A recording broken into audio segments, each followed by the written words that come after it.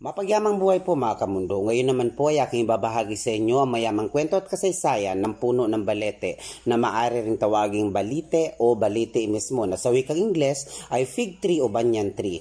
Ang naturang puno ay isang igos na nagsimula ang buhay bilang isang epipitas o epiphyte sa wikang Ingles kapag sumibol ang buto nito sa mga bitak at siwang sa mga puno o sa estruktura tulad ng mga gusali at tulay. Isa sa matandang puno ng balete ay matatagpuan sa bayan ng Baaw, Camarines Sur. Ano nga ba ang benepisyo o pakinabang ng puno ng mga balete? Dito sa Pilipinas, itinatanim ang mga balete bilang mga magagandang puno sa kahabaan ng mga lansangan sa Kalakhang, Maynila at iba pang mga lungsod at mahusay rin ang mga ito bilang mga punong silungan o shade trees. Ilan sa mga uri ng punong ito ay ginagamit din sa paggawa ng bonsai sa bansa.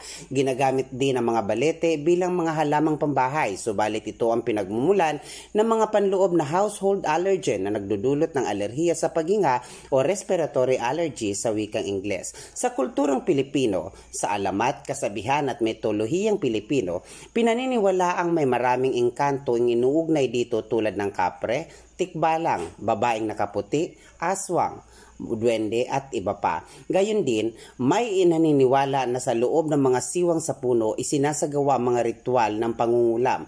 Dagdag pa riyan, nagmumungkahi ang ilang mga matatanda na huwag gawing halamang palamuti sa loob ng bahay ang balete sapagkat nangaakit daw ito ng mga multo. Dahil sa mga paniniwalang ito, kadalasang ginagamit ang balete bilang balangkas sa mga pelikulang Pilipinong katatakutan. Ang Kalye Balete sa distrito ng New Maynila, Lungsod Quezon ay ipinangalan mula sa isang higanteng punong balete na dating nakatayo sa gitna ng nasabing lansangan. Sinasabing isa ito sa mga pinaka minumultong puok ng Kamaynilaan mula dekada 50. Lumaganap ang mga kwento ukol sa babaeng nakaputi na tumatawag sa mga kotse na dumadaan dyan kapag gabi.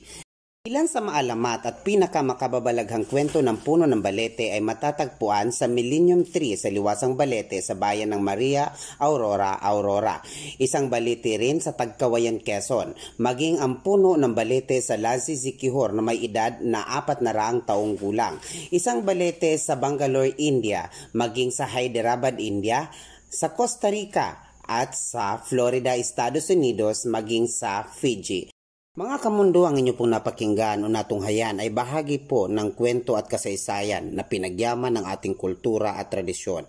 Ito po ang Mundo at Karunungan na laging nagsasabing mahal ko po kayo. Maraming salamat po.